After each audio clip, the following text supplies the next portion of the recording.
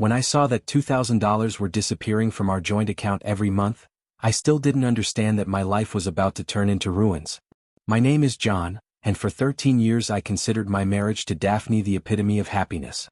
We lived in a cozy apartment in Milwaukee, raising two wonderful children, 10-year-old son Ethan and 8-year-old daughter Mia. I worked as an adventure tour guide. Daphne consulted people on financial literacy. Ironic, right? A woman who taught others to manage money turned out to be a master at hiding her own expenses. At first, I attributed the strange amounts to household items. Maybe she was buying gifts for the kids or updating her wardrobe.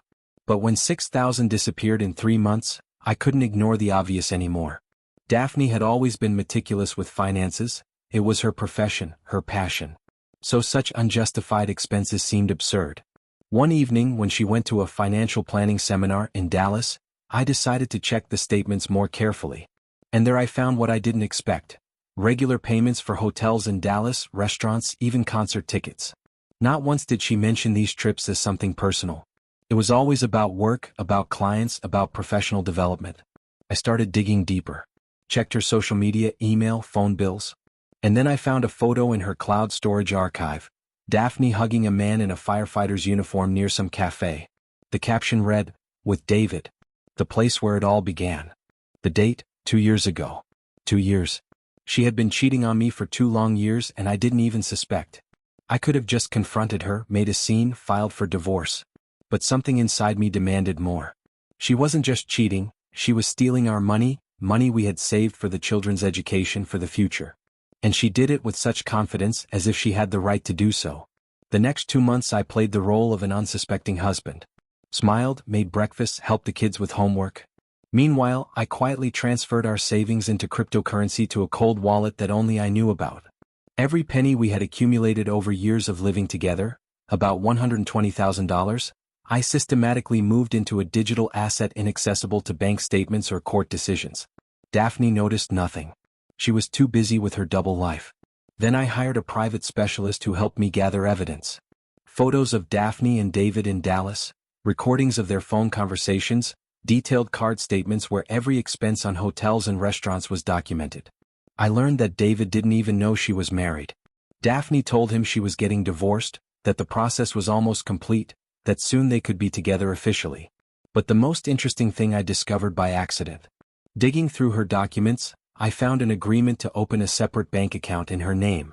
She had opened it a year ago and systematically transferred money there from our joint account. This secret account already had about $25,000. She was planning an escape. Preparing to leave me and the kids, taking everything she could. That was enough. I waited until she went to Dallas again for a business meeting. That evening I gathered all the evidence, laid it out on the kitchen table, and called David. The conversation was brief. "Hi David. I'm John, Daphne's husband. Yes, the real husband she forgot to mention. I want you to know the truth." I sent him all the photos of our children, our family pictures, marriage documents. David was stunned. It turned out he really believed that Daphne was almost divorced, that the children were staying with their father, that she was a victim of an unhappy marriage. "She lied to me?" His voice trembled. "About everything?" "About absolutely everything. To me, to you, to our children. But the worst part is that she stole our family money to finance your affair." That same night David broke up with Daphne. He wrote her a message calling her a liar and manipulator. Daphne desperately tried to call him, explain, justify herself, but he blocked her number. When she returned home the next day I was already waiting. Divorce papers lay on the table. Next to them, printouts of all her expenses, photos with David, statements from the secret account. "What is this?" Her face turned pale. "This is the end of our marriage, Daphne. The end of your lies." She tried to deny, cried, begged for a chance to explain. But I was unmoved. I showed her my plan, divorce with property division but without money. Because all the money that was in our joint account no longer existed in a form accessible for division. "Where's the money, John?" she asked when she understood the scale of the situation. "In a safe place. Where you won't get it. Consider it compensation for those $25,000 you stole, plus moral damages." The case went to court. Daphne tried to prove that I had hidden assets, but without concrete evidence of the existence of this money in the banking system, her lawyers couldn't do anything. Cryptocurrency on a cold wallet was invisible to traditional financial audits, and I had never officially declared its purchase. The court divided the property equally. The apartment was sold, each received half the value. Cars, furniture, household items, everything equally. Custody of the children became joint, but most of the time they lived with me because Daphne now worked 2 jobs, trying to restore financial stability. But the worst thing for her wasn't this.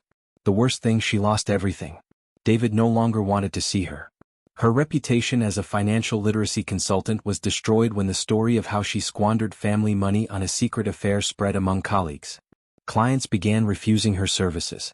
Who would trust financial management to someone who couldn't handle their own finances? This was the moment when I realized there was no going back. The divorce process dragged on for 6 months. Each court session was a new circle of hell. Daphne's lawyer tried to prove that I had acted illegally by hiding assets, but the legal system has its limitations. Without a paper trail, without bank transactions, without any official record of cryptocurrency purchase, there was nothing they could do. I had been careful. Every transfer was done through decentralized exchanges, every transaction masked through multiple wallets.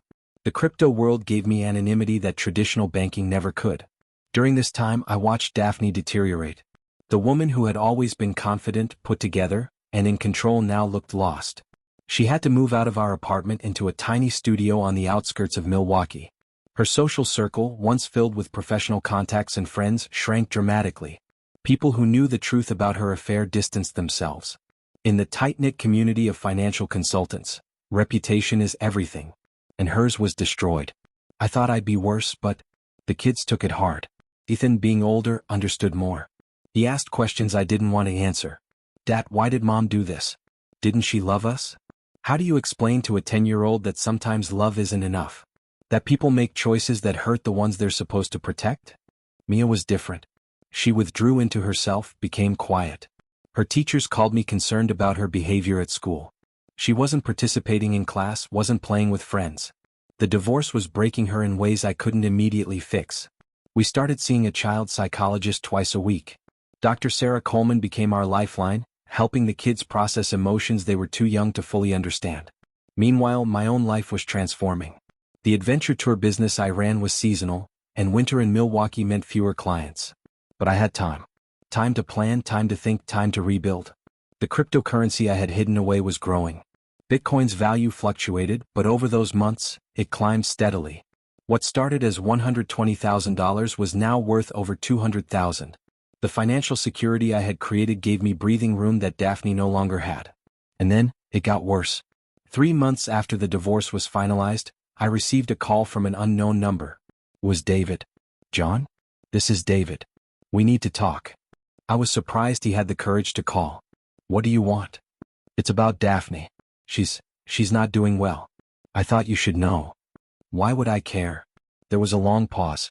Because despite everything, she's still the mother of your children.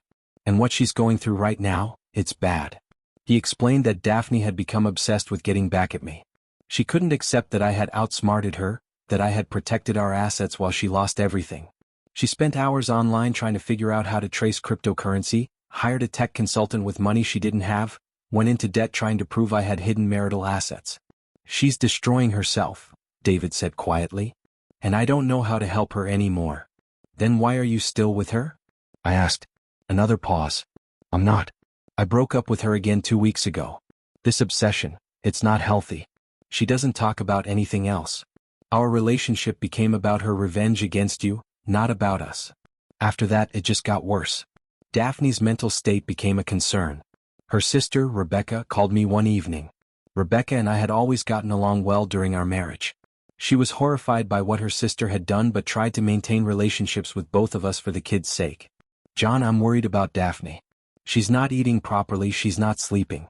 All she does is research cryptocurrency tracing methods and rant about how you ruined her life. I think she needs professional help, but she won't listen to me. What do you want me to do about it? I asked, though not unkindly. I genuinely didn't know. I don't know. Maybe if you talk to her? Gave her some closure? I know she doesn't deserve it, but for the kids' sake. I thought about it. The kids did ask about their mother. They noticed she seemed different during their bi-weekly video calls. Ethan said she looked tired. Mia said Mommy seemed sad. Against my better judgment, I agreed to meet Daphne at a neutral location, a coffee shop downtown. When she walked in, I barely recognized her. The woman who had always been immaculate now looked haggard. Dark circles under her eyes, hair pulled back in a messy ponytail, clothes that looked like she'd slept in them. "Thank you for meeting me," she said, sitting down across from me. "Your sister is worried about you." "I know." She stared at her coffee cup. "Everyone's worried about me. Except the person who caused all this." "I didn't cause this, Daphne. You made choices. You cheated. You stole our money. You lied to everyone, me, David, our kids. These are consequences. You took everything from me." Her voice rose, drawing looks from other patrons. "My career, my reputation, my financial stability. You destroyed my life." "No." I kept my voice calm. "You destroyed your own life. I just made sure you couldn't destroy mine and our children's in the process." She started crying then. Not quiet tears, but full-on sobbing that made me uncomfortable. Part of me, a small part, felt bad. This woman had been my partner for 13 years. We had built a life together, raised children together, shared dreams together. Seeing her broken like this was difficult, even knowing what she had done. "I miss them," she whispered. "I miss Ethan and Mia so much. They barely talk to me on video calls. Ethan seems angry and Mia just looks confused. I'm losing my children, John." "You're seeing them in 3 weeks, I reminded her. "You have scheduled visitation." 3 weeks. Then 2 days with them and then nothing for another month and a half. Do you know what that's like? To be reduced to a part-time mother? You reduced yourself to that role when you chose your affair over your family. The meeting didn't end well. She left angry, I left exhausted. But at least I had tried. For the kids' sake, for Rebecca's peace of mind, I had tried. And the ending of this story surprised even me. A month later, Daphne did something unexpected. She started a blog. Called it Financial Infidelity, a cautionary tale. In it, she documented her own story, how she had cheated on her husband, stolen family money, lost everything. She didn't use real names, but anyone who knew us would recognize the story. At first, I was furious. This felt like another manipulation, another attempt to control the narrative. But as I read more of her posts, I realized something. She was genuinely trying to warn others. To help people understand the devastating consequences of financial infidelity and emotional betrayal. Her blog gained a following. People commented, sharing their own stories of infidelity and financial ruin. Daphne responded to each one with empathy and hard-won wisdom. It was like watching someone rebuild themselves from scratch, using their worst mistakes as the foundation. Rebecca called me again. "Have you seen Daphne's blog?" "Yeah." "What do you think?" I think she's trying to find a way forward. To make something meaningful out of what happened." "Do you think you could ever forgive her?" That question stopped me. Could I forgive Daphne? "I don't know," I admitted. "Maybe someday. But forgiveness doesn't mean forgetting. And it doesn't mean going back." The blog brought Daphne unexpected opportunities. A podcast invited her to share her story.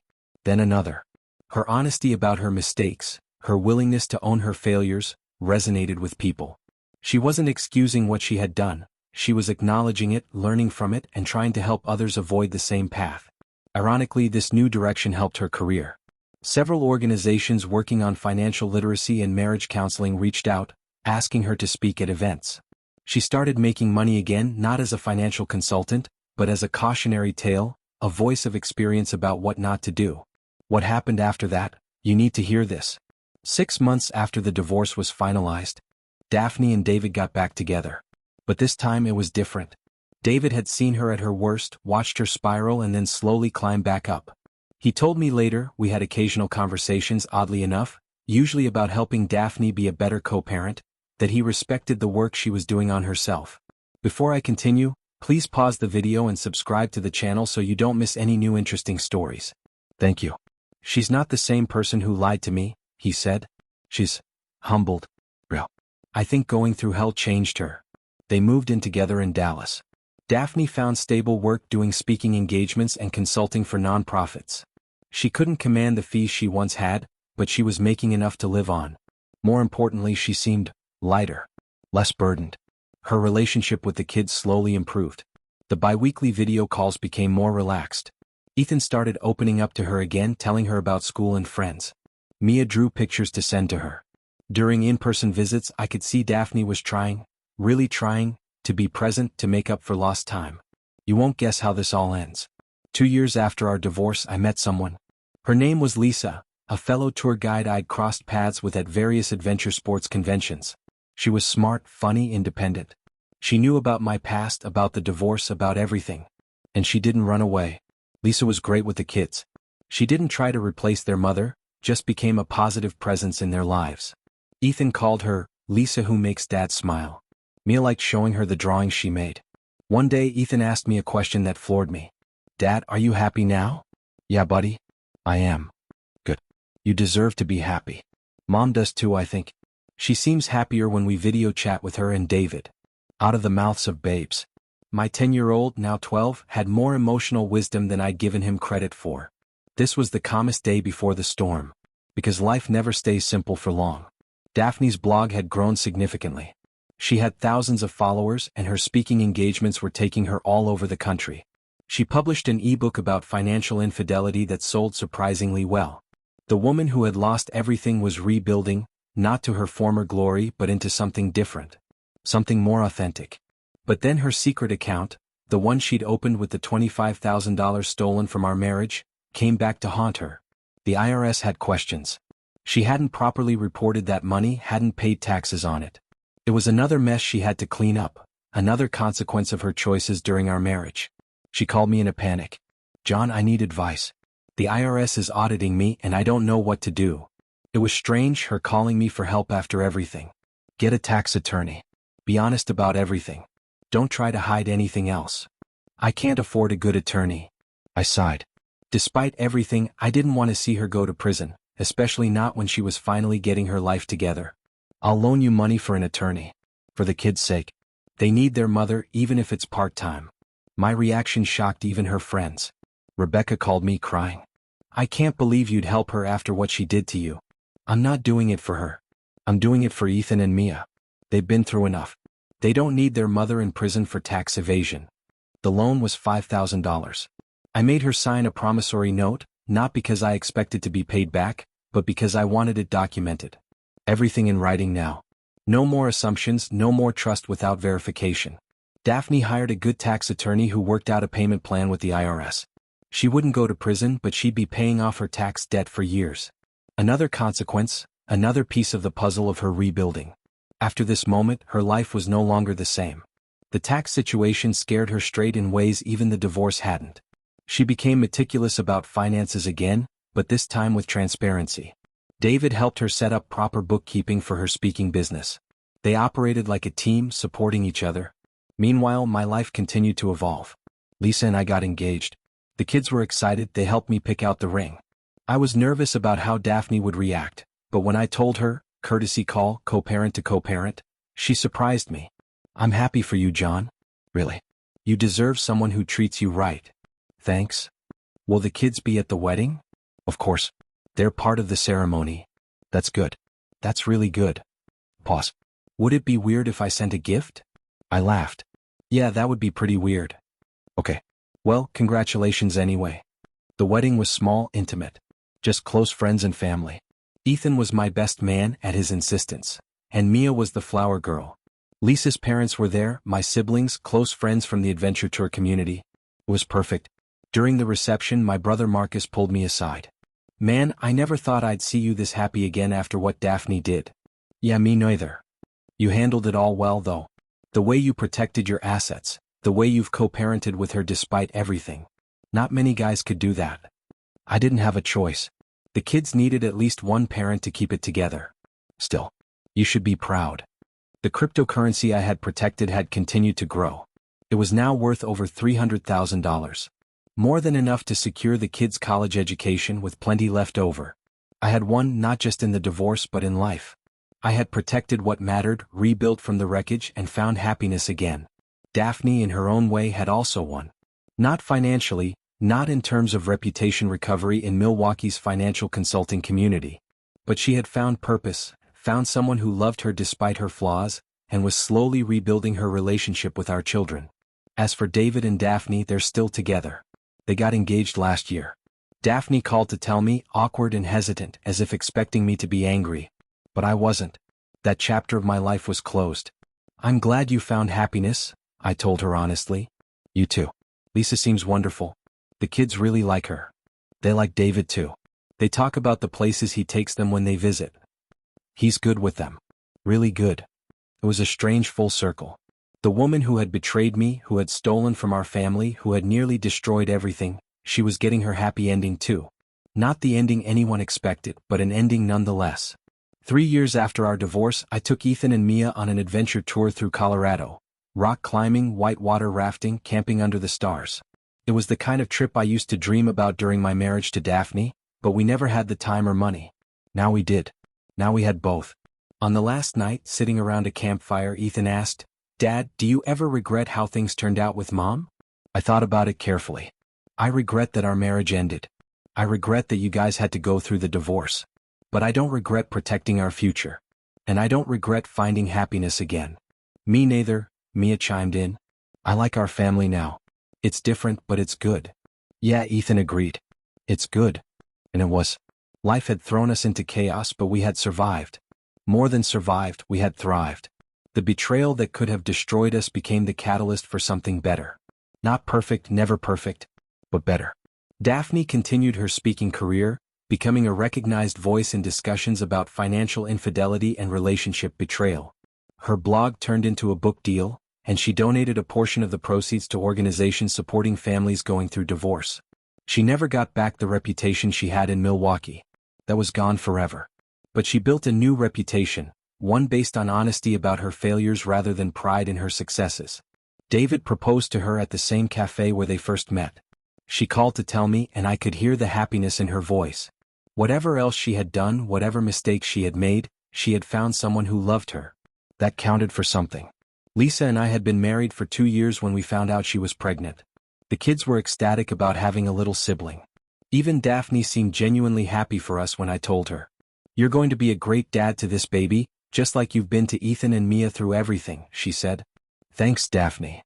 And John? Thank you. For the loan with the tax attorney. For being civil. For not turning the kids against me when you had every right to. I know I don't deserve your kindness, but I'm grateful for it. The kids need both their parents. I couldn't take that away from them even when I wanted to. Our son, Marcus Jr., was born on a sunny April morning. Ethan and Mia were at the hospital, excited to meet their brother. It was a new beginning, a fresh chapter in a story that had been through so much darkness. Life moved forward. The cryptocurrency continued to grow, providing security I never thought I'd have.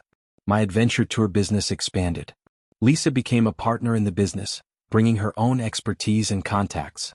We bought a house with enough room for our blended, growing family. Daphne and David got married in a small ceremony in Dallas. She sent photos, she looked happy, genuinely happy.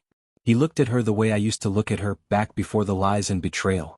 Part of me wondered if it would last, if the foundation built on infidelity could ever be truly solid. But that wasn't my concern anymore. The kids went to the wedding. They came back talking about how beautiful it was, how David's family was nice, how Mom seemed really happy. I listened, smiled, and was glad they had positive things to say. Years passed. Ethan graduated high school with honors, got accepted to multiple colleges, chose one that fit his dreams. Mia grew into a talented artist, her drawings covering our walls. Marcus Jr. learned to walk, talk, and climb everything in sight. Definitely my son. One day I got an email from Daphne. The subject line read, "Thank you, John. I know this is random, but I've been thinking a lot lately about how things turned out. Not just for me but for all of us. The kids are doing so well. Ethan is brilliant, Mia is finding her voice through her art, and from what they tell me, Marcus Jr. is a handful in the best way. I destroyed our family. I know that. I made choices that hurt everyone, especially you and the kids. But somehow, out of that destruction, something good emerged. Not for us as a couple, that ship sailed long ago. But for all of us as individuals. You protected our children's future when I was too selfish to think about it. You gave them stability when I was offering only chaos. You even helped me when you had every reason to let me drown. I'm not asking for forgiveness. I'm not sure I deserve it. But I wanted you to know that I see what you did, I understand why you did it, and I'm grateful. David and I are happy. We're building a life based on honesty, which is something I never gave you. The kids seem to like him, which means everything to me. My speaking career is going well, and I'm finally in a place where I can support myself without drowning in debt. But none of this would have been possible if you had destroyed me completely, which you could have. You had the power to do it and you chose not to. Not for me, I know. For the kids. But still. So thank you. for being the better person, for putting the kids first, for showing them what integrity looks like even in the worst circumstances. I hope you, Lisa, and the kids are doing well. Daphne. I read the email 3 times. Then I showed it to Lisa. That must have been hard for her to write, Lisa said. Yeah. Are you going to respond? I thought about it. Yeah. I think I will. My response was short. Daphne. Thank you for the email. I'm glad you're doing well, and I'm glad the kids have a good relationship with you and David. That's what matters most. We're all moving forward. The past is the past. Let's keep focusing on giving the kids the best future possible. Take care, John. It wasn't a grand gesture of forgiveness or reconciliation, but it was acknowledgement. Recognition that we had both moved forward, that the wounds had healed enough to allow for civil communication, that the story didn't have to end in perpetual bitterness. Life isn't a fairy tale. There's no perfect happy ending where everyone gets everything they want. But there are endings where everyone finds their way forward, where healing happens, where new beginnings emerge from old endings. This was one of those endings. The cryptocurrency I had protected, the assets I had hidden, had given my children opportunities one never had. College funds, travel experiences, safety nets for their futures. Daphne's betrayal had inadvertently forced me to protect those assets in ways I might never have otherwise. The revenge I had taken wasn't violent or destructive. It was protective. I had safeguarded what mattered most, my children's future and my own financial stability. Everything else was just consequence. Years later, when Ethan asked me about the divorce, about what happened with his mother, I told him the truth. All of it. He was old enough to understand, old enough to handle the complexity of it. Dad, did you ever love her again? After everything? Love isn't a switch you can flip on and off. I loved who she was when we got married. I grieved who she became. But no, I didn't love her again. That person was gone. Do you think she's really changed? I think she's tried to change. Whether she's succeeded or not, that's not for me to judge. She's your mother and she loves you and Mia. That's what matters. You're a better person than I would be in your situation. I laughed. I'm not better.